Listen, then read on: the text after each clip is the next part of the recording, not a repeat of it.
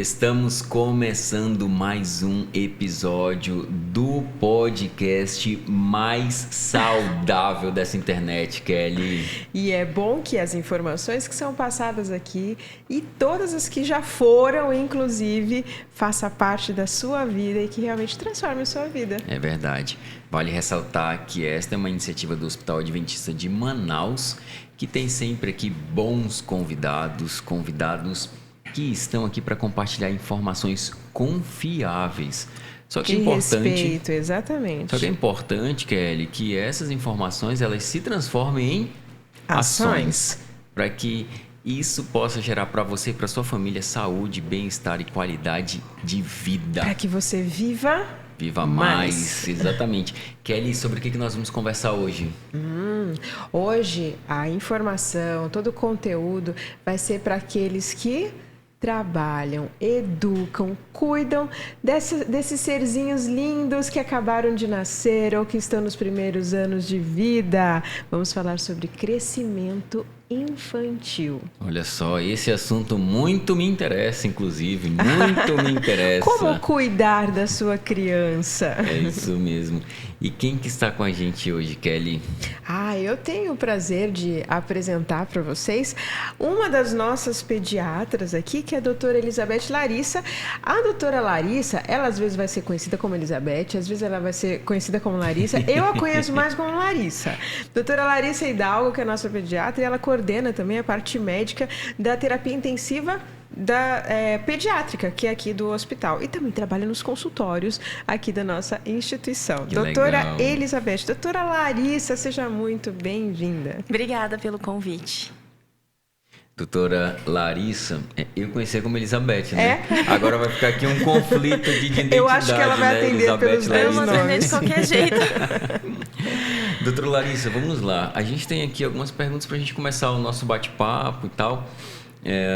Como que a gente consegue estabelecer uma rotina saudável para as crianças? Quem está assistindo a gente no YouTube, quem está ouvindo a gente nas plataformas de áudio, como que esses pais, avós, cuidadores, como eles podem estabelecer uma rotina saudável para as crianças? Porque daí a gente entende que a rotina ela inclui horários, alimentação, sono, atividades físicas, né? A rotina da criança, ela deve ser bem estabelecida. A criança, ela precisa de uma previsibilidade do que vai acontecer ao longo do dia dela. Então, é importante que a criança tenha horários adequados de alimentação e que não haja uma grande variabilidade de horário. Ela precisa fazer todas as refeições, a criança que já está comendo, obviamente, né? Ela precisa fazer todas as refeições ao longo do dia em horários adequados que possam também ajudar no estabelecimento da rotina do sono. Que a rotina do sono é outra coisa muito importante. A criança precisa dormir bem para ter uma boa qualidade tanto de alimentação como de dia, né? Para o dia dela ser bacana, a criança tem que comer bem e tem que dormir bem. O sono, a gente precisa de uma rotina relativamente também estável, então assim, que não varie muito, porque o que a gente faz no fim de semana é uma vez ou outra, né? A vida da gente, ela é regrada, então a gente tem que ter uma rotina até para não atrapalhar a escola. Então, a gente precisa estabelecer que as atividades ao longo do dia, elas se comuniquem para que o dia flua e a criança tenha ali uma previsibilidade do que vai acontecer. Isso facilita muito, né, o dia a dia da criança. Então, desde criança já precisa se estabelecer uma rotina. Sim, desde pequenininho. Claro que nos primeiros meses de vida, principalmente nos 3 primeiros meses de vida, a criança é muito fisiológica, né? Então, a gente vive muito em função de trocar fralda, alimentar, trocar cocôzinho, xixizinho.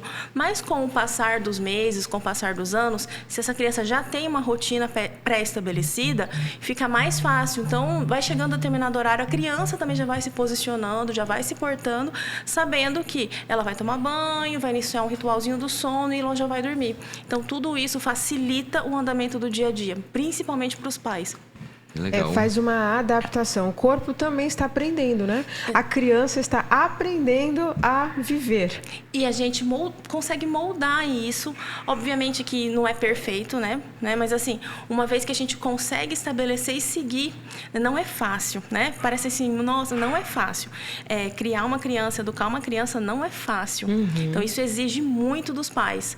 E a gente precisa se dedicar a essa fase. Quando a gente consegue estabelecer uma boa rotina de sono, de horário, incluindo alimentação nas janelas, a criança tem uma qualidade de vida melhor. E às vezes, doutora, nós vemos assim, adultos, é fácil para o adulto entender, pensar que a criança é um mini adulto. E é um universo completamente diferente, né? As crianças têm necessidades de sono, têm necessidades alimentares diferentes. É um organismo em construção, é um cérebro em construção. Então, tudo aquilo que a gente planta, a gente colhe.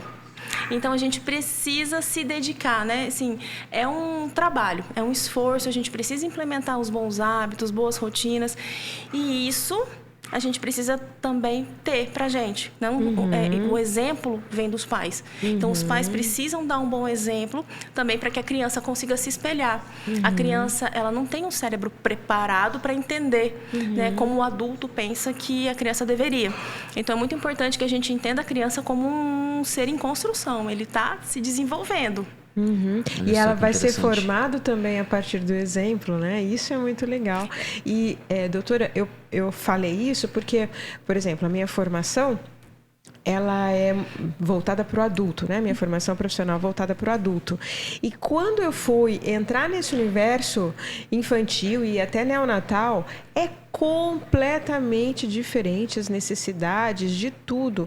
Então, não dá para pensar assim, vamos só diminuir uma quantidade e tal. Não.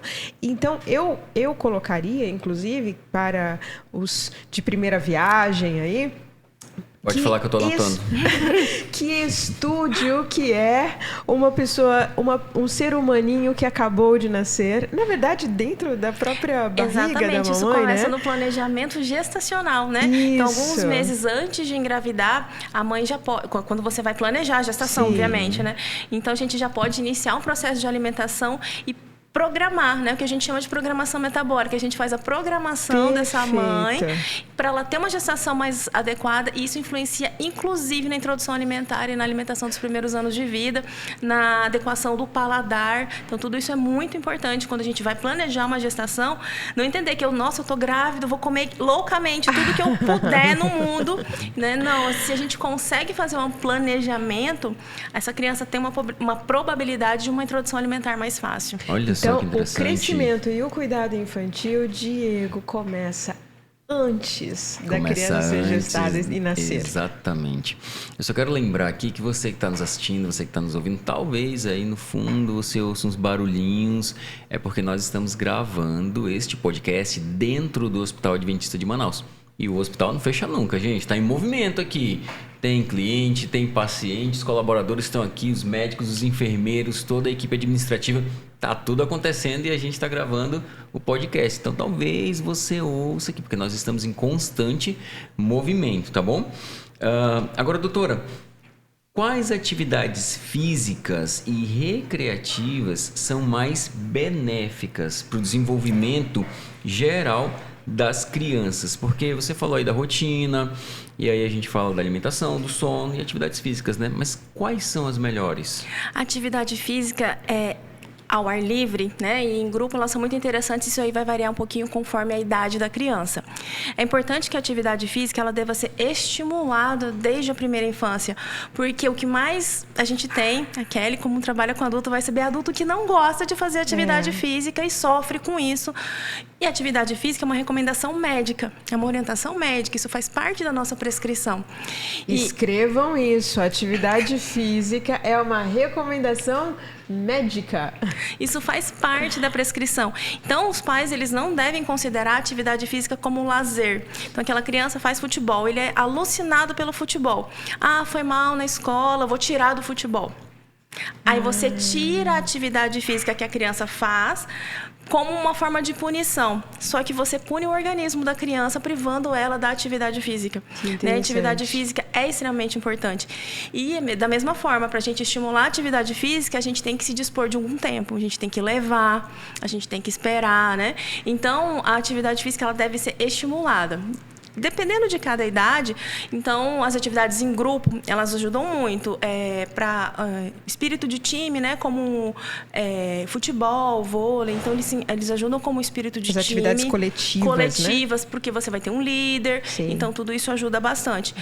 No Amazonas a gente sempre recomenda que a criança saiba nadar. É uma coisa importantíssima que a criança saiba nadar, porque aqui é um estado mais quente e quase todas as atividades envolvem água. Então, é importante que a criança saiba nadar, o adulto também, né? Que saibam nadar. Então, isso é importante. A natação é um esporte bem bacana também. E é bem completo a natação também, Bem completo. E a criança adora a água. Então, da mesma forma, a criança adora a água, adora a natação. Então, isso não pode ser considerado como um lazer porque a criança gosta. O objetivo é que ela goste da atividade física. E é um processo, né? Então, a gente precisa estimular. Então, ao ar livre, atividades coletivas, que tenham um professor bacana, isso ajuda. Importante que tenha um orientador também, né? Para que essas atividades não sejam feitas de qualquer forma. Então, esse crescimento e desenvolvimento precisa envolver a saúde integral. Você falou um ponto muito interessante e eu realmente já ouvi muito isso, Diego.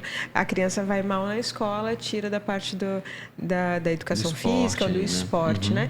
E é o crescimento, desenvolvimento, o cuidado infantil, sendo ele tendo um envolvimento integral, a parte física, que inclusive contribui para a cognitiva, né? A parte física, ela também faz parte.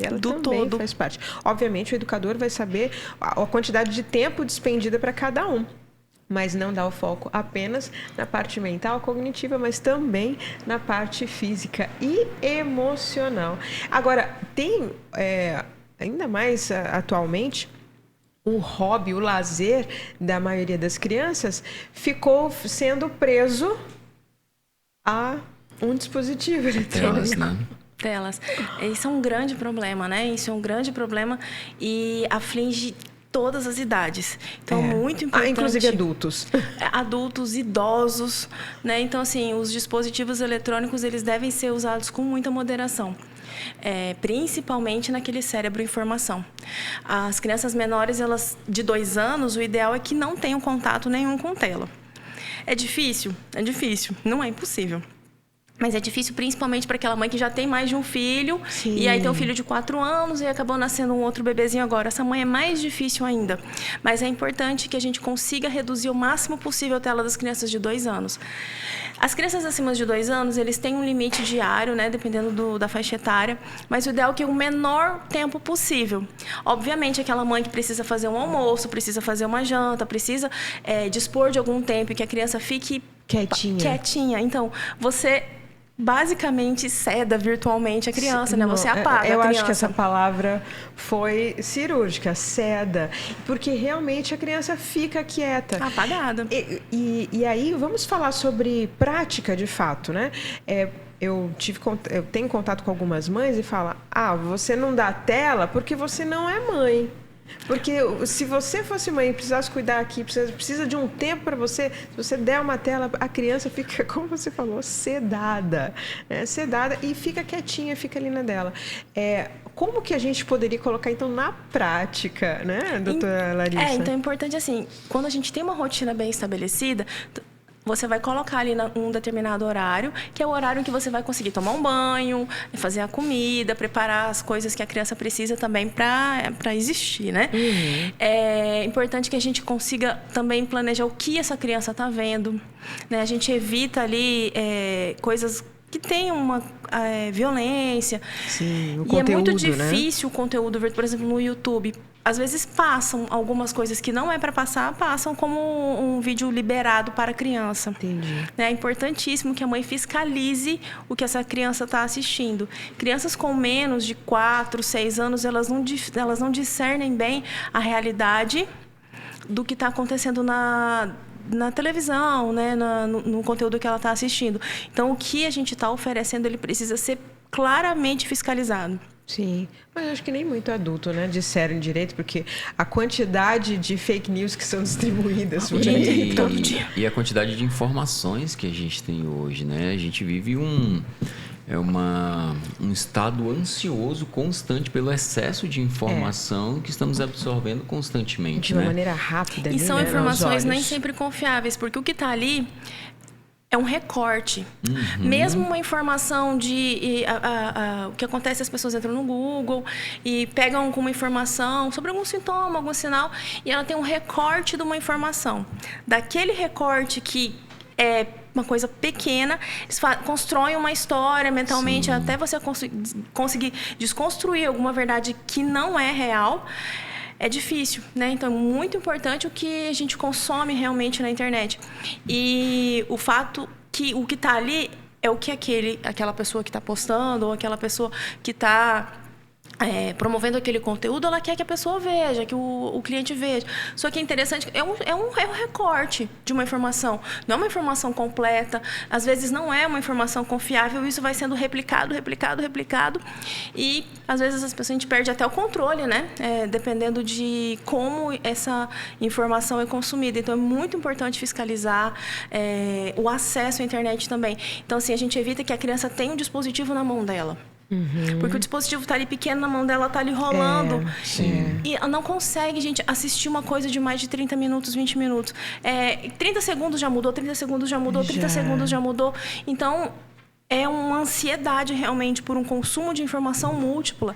Então, é importante que a gente consiga limitar. Então, quando a criança for mexer no dispositivo na mão dela, você tire a internet, faça um download dos vídeos que você vai fornecer para a criança e retire o acesso à internet. Ela só consegue mexer naquilo ali e pronto.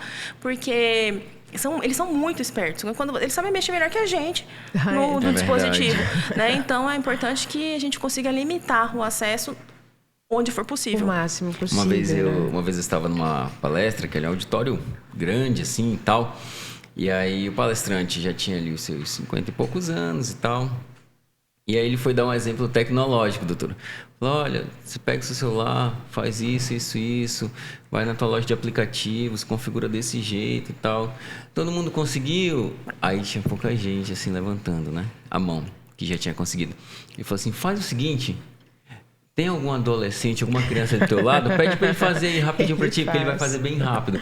E é exatamente isso, né? Exatamente isso. Já nasceu com a tecnologia ali à disposição. Exatamente. Nós tivemos já 2 episódios nessa temporada, doutora, falando sobre a alimentação e falando sobre a importância da movimentação. Eu queria só retomar esse assunto, porque os sedentários do futuro... eles são criados no presente. São esses que estão fazendo alguma atividade ou buscam e eles são assim, privados do exercício como uma forma de punição, sendo que o exercício físico ele é tratamento. Então, não pode uma coisa que para um adulto você precisa fazer atividade física diária, você precisa controlar a sua alimentação e para a criança isso seja um castigo. Né? Não é possível que o adulto não pode comer doce, né? O excesso de doce, excesso de gordura. E se a gente priva a criança de doce e gordura, você está torturando a criança. Então, isso não existe, né? A recomendação para a saúde, ela é global. Então, a gente precisa entender que a atividade física e a alimentação saudável, elas são pilares para a vida. Então, pilares para o aprendizado. Então, uma criança sedentária que está na tela o dia inteiro, ela não estuda direito, ela não aprende direito.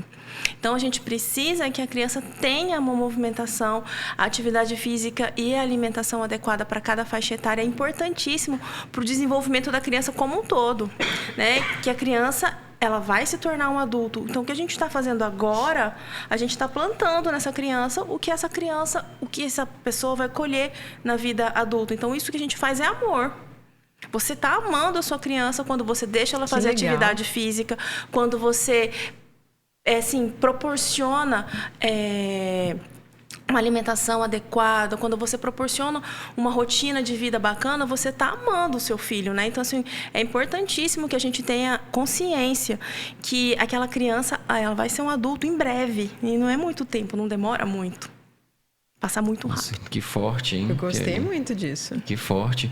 E aí, isso aumenta a responsabilidade sobre os pais, avós, tios, cuidadores, porque se você não estabelece essa rotina, essa alimentação adequada, se você pune a sua criança com a privação do exercício físico, você está diretamente cooperando para que este futuro adulto tenha muitos problemas de saúde. Sim, e já está provado, doutora Larissa pode falar isso melhor, uma criança que obesa ou com dificuldades, né, em relação ao peso, isso vai se manter, pode se manter aí para o longo da vida. E os problemas em relação ao peso, além, né, claro, da síndrome metabólica e doenças diretamente relacionadas a esse aspecto, isso causa transtornos mentais, emocionais em adolescentes. Então, é muito difícil. A adolescência já é uma fase difícil.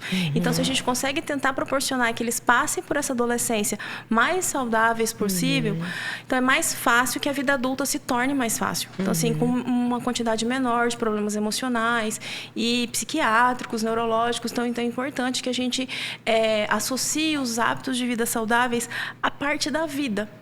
Não como, nossa, essa pessoa é muito diferenciada porque ela é saudável. Não, isso deveria ser o normal. O normal, né? Então, tanto o baixo peso quanto o excesso de peso, eles vão ter impacto na vida adulta. Principalmente na adolescência. Na adolescência.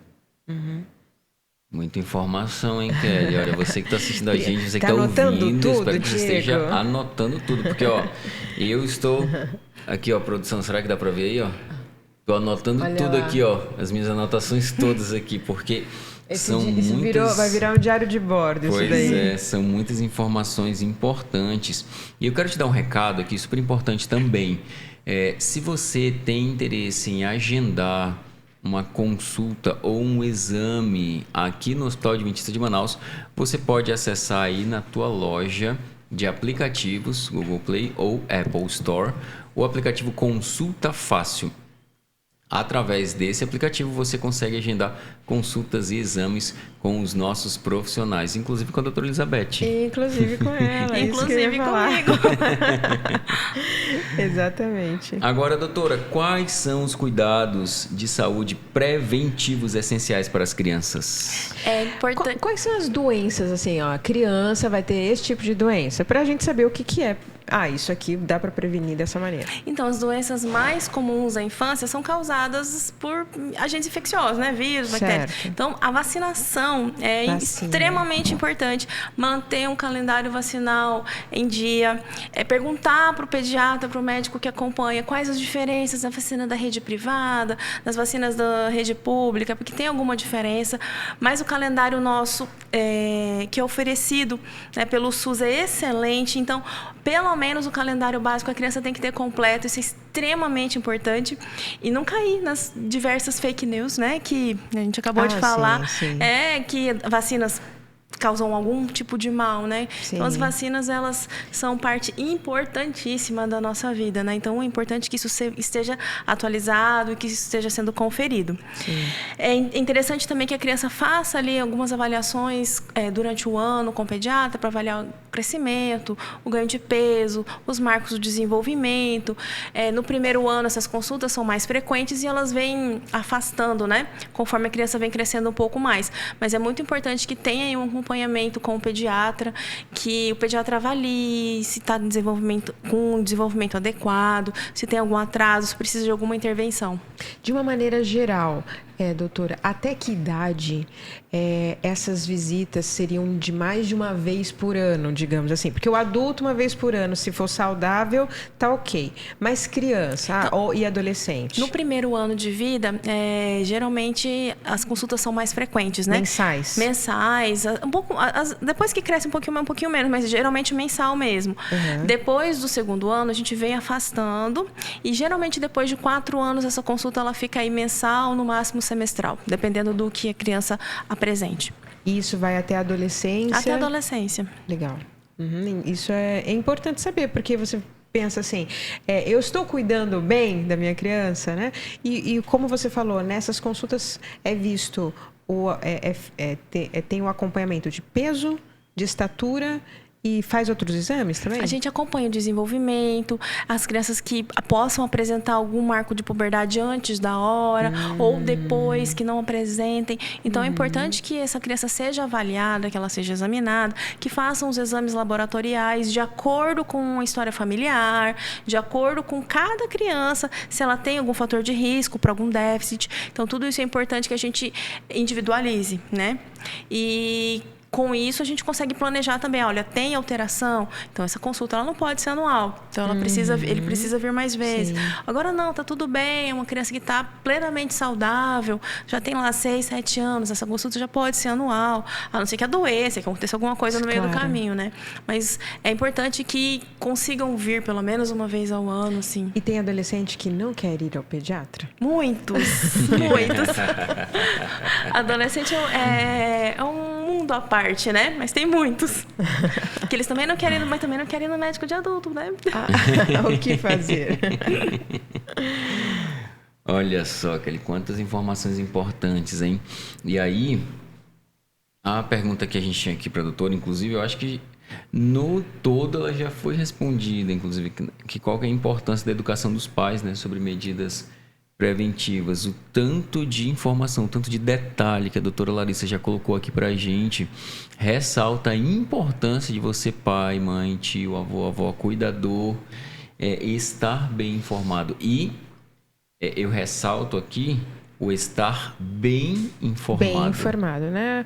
Por isso que aqui no podcast a gente coloca informações realmente responsáveis para que você possa ter o máximo possível de conteúdo para educar bem, para que o crescimento infantil seja adequado. E como eu estava falando lá no começo, a educação, a formação, ela é integral.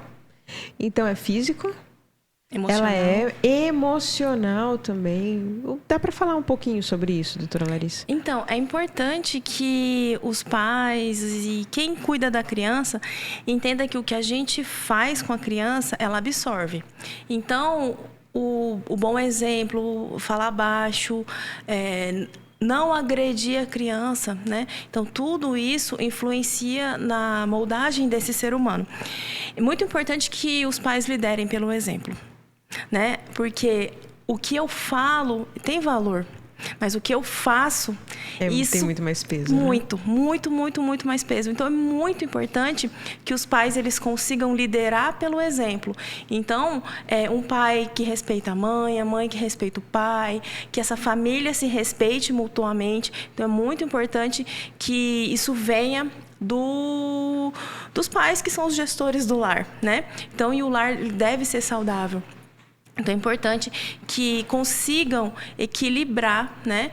E que a gente consiga mostrar para a criança quais são os verdadeiros valores, quais as coisas que realmente importam na vida, né? Convívio familiar, o respeito aos avós. Então, assim, é muito importante que a gente consiga liderar pelo exemplo, que a gente respeite os nossos pais. Então, tudo isso é muito importante. O senso de família, O senso de família, isso é muito importante, isso não deve ser perdido, né? Então, assim, é muito importante que a criança tenha nos pais um referencial de confiança, de que são pessoas boas e que eles queiram ser igual aos pais, né? E que a gente respeite os nossos pais, assim eles vão respeitar a gente no futuro. Então é muito importante que esse laço ele não se perca, né?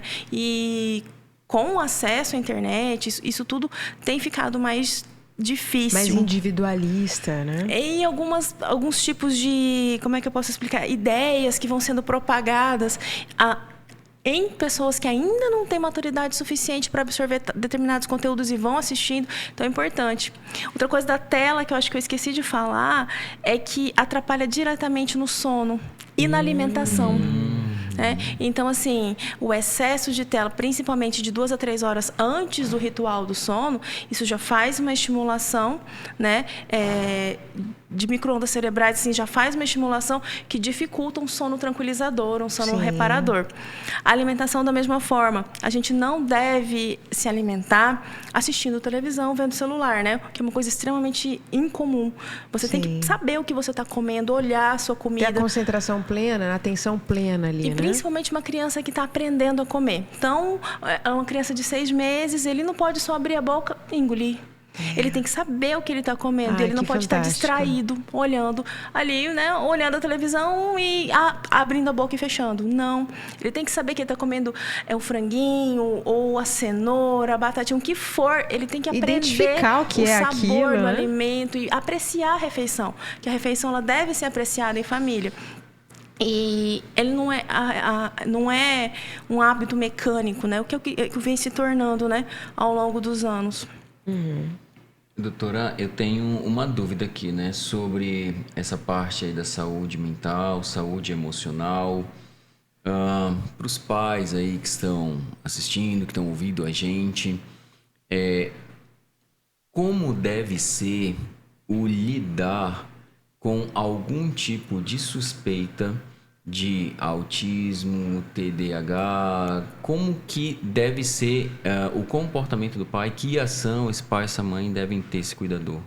Inicialmente, quando há essa suspeita, né, se a criança já está na escola, é importante ter um feedback da escola, o que essa escola acha da criança também, e é importante levar nos especialistas, né? Então, precisa ir no pediatra, no neuropediatra, com fono, se tem algum atraso da fala. Então, é importante que tenha um médico ou um chefe, não um chefe, mas uma pessoa que oriente essa mãe quais são os passos que ela vai seguir. Então, vai no neuro, vai em quais terapias adjuvantes vão ser necessárias. Então, é importante que essa mãe também olhe o filho dela, que ela entenda o filho, que ela esteja fazendo acompanhamento para saber, olha, tem um atraso de fala aqui, olha, eu tenho um atraso de um marco de desenvolvimento aqui. Então, é importante que isso seja que a gente faça uma intervenção precoce, né? Legal. Então, quanto mais precoce a intervenção, maiores as chances de sucesso nos tratamentos. Por isso que tem que realmente estudar o que é esse ser humaninho para saber. Ele é um universo em construção. Exatamente, para saber onde atuar, ou o que achar estranho, né? Porque às vezes para adulto o que seria natural, normal, vai acontecendo, mas não, na formação dessa criança, desse bebê, dessa criança, desse adolescente, na formação aquilo é preponderante para alguma coisa maior no futuro, né? E, como você falou, identificar precocemente para que haja um tratamento precoce. Doutora, eu tenho até uma dúvida que surgiu agora aqui. Você falou aí sobre a mãe, o pai está olhando com atenção para a criança. Isso deve ser, é claro, dialogado com o pediatra, né, com a pediatra nas consultas de rotina. Mas você orienta ou existe alguma metodologia do pai, da mãe, a anotar as coisas para que isso não seja esquecido quando eu vai sempre na peço, consulta? né, para os pais anotarem assim, durante o mês as coisas que vão acontecendo, ou até a próxima consulta, as coisas que estão acontecendo, para que tirem as dúvidas. Muita coisa é normal, né? Que é uma dúvida normal que surge, você fica ali, né, pensando. Então, é importante anotar para não esquecer. Porque muito o que acontece vem para consulta, vai embora, quando vai embora lembra do que era para ter sido falado, né? Então, é importante anotar, assim, as dúvidas. E para a gente conseguir olhar o filho da gente, a gente tem que deixar o nosso telefone de lado também, né? Você também tem atenção plena. Você também tem que ter atenção plena para olhar a criança. Perfeito. Que a gente precisa se livrar um pouquinho dos eletrônicos também. E é um processo, né? Não é fácil. Excelente. Desculpa, falando em tela aqui, estava escrevendo exatamente isso, doutora Larissa. Excelente. Agora, doutora, é o seguinte, sempre no final dos episódios, a Kelly, ela traz aqui uns mitos e verdades para ver se nós entendemos bem. Então, isso aqui é uma prova de dupla que uma só a dupla faz e o outro faz a intermediação aqui. Você viu que amigo que eu tenho? Mas vamos lá, Kelinha, vamos lá. Mitos eu e anotei verdades. algumas coisas importantes aqui ao longo da nossa conversa e aí vamos, né, você pode ratificar ou até consertar, tá bom? Vamos lá, doutora Larissa. Para crescer bem, a criança precisa de rotina. Sim, verdade. É uma verdade. É uma grande verdade. Os pais precisam estudar com sabedoria, ou os cuidadores, né, o tempo de tela que a criança vai ser exposta. Sim. O ideal é minimamente... O mínimo possível, mas estamos falando de coisas de realidade. O mínimo né? possível dentro da realidade de cada um. Mas a sua realidade não pode ser exagerada. Né? Então tem que... Por isso que tem que estudar, né? O exemplo faz parte da formação. Isso é um fato. Um fato. Inquestionável. Outro fato é que o exercício físico é parte da formação da criança. É um dos pilares e pode até ser usado como tratamento. Eu achei isso muito legal. Não deve ser tido como punição. Não pode servir como punição. Ele não deve ser visto como lazer, ele deve ser visto como parte do dia da criança. Então, o exercício físico, ele entra na rotina. Então, a criança está na escola, ela precisa aprender que em determinado horário ela tem uma aula de atividade física e ela vai ter que estudar e fazer as avaliações e a vida dela vai ter que acontecer com a atividade física. Muito legal. A prevenção de doenças é um fato que prevenção de doenças em crianças começa pela vacinação e uma avaliação periódica com o pediatra. Sim. A gente está falando de estilo de vida, mas aqui é uma forma de prevenir doenças, é apresentar para quem conhece doença, né? Verdade. Outro fato é o cuidado da saúde integral da criança. Isso inclui físico, inclui o mental, cognitivo, inclui o emocional e, obviamente, o espiritual, que a gente sempre fala aqui, não é, Diego? É verdade. Fato? Fatíssimo, importantíssimo. E os pais precisam ter atenção aos filhos para identificar alguma coisa precocemente. Muito. E os pais precisam estudar o crescimento e desenvolvimento da criança para identificar alguma coisa diferente. Sim, com certeza. E eu queria terminar com algo que foi dito no começo, mas que eu achei fenomenal, que é o estilo de vida adequado para a criança é uma forma de amá-la. É uma forma importantíssima de amá-la. Você está fazendo com que ela seja o mais saudável possível e que é a coisa mais importante para uma pessoa, ela ser saudável, ela ser bem fisicamente, mentalmente. E isso é você amor, né? Você ser amado, você amar muito uma pessoa para você poder dispor isso para ela. Que legal. Achei sensacional isso também. Sensacional. Doutora Larissa, muito obrigada pela tua participação aqui no podcast. Fala para as pessoas como eles podem te encontrar no Instagram. O meu Instagram é @ElizabethLarissa_ped e eu atendo aqui no Hospital Adventista todas as semanas. Legal. Então, você já sabe que pode acessar aí o Consulta Fácil para agendar a sua consulta com a doutora Elizabeth. Doutora, muito obrigado pela tua participação. Obrigada a vocês pelo convite. Muito obrigada, Foi doutora muito legal, Larissa. um bate-papo enriquecedor. Faltou tempo para tanto conteúdo. Muito obrigado, doutora. Obrigada a vocês. Muito obrigada. E, Diego, até a próxima segunda-feira com mais um episódio deste, Kelly, que é o podcast mais saudável dessa internet. Tchau, tchau.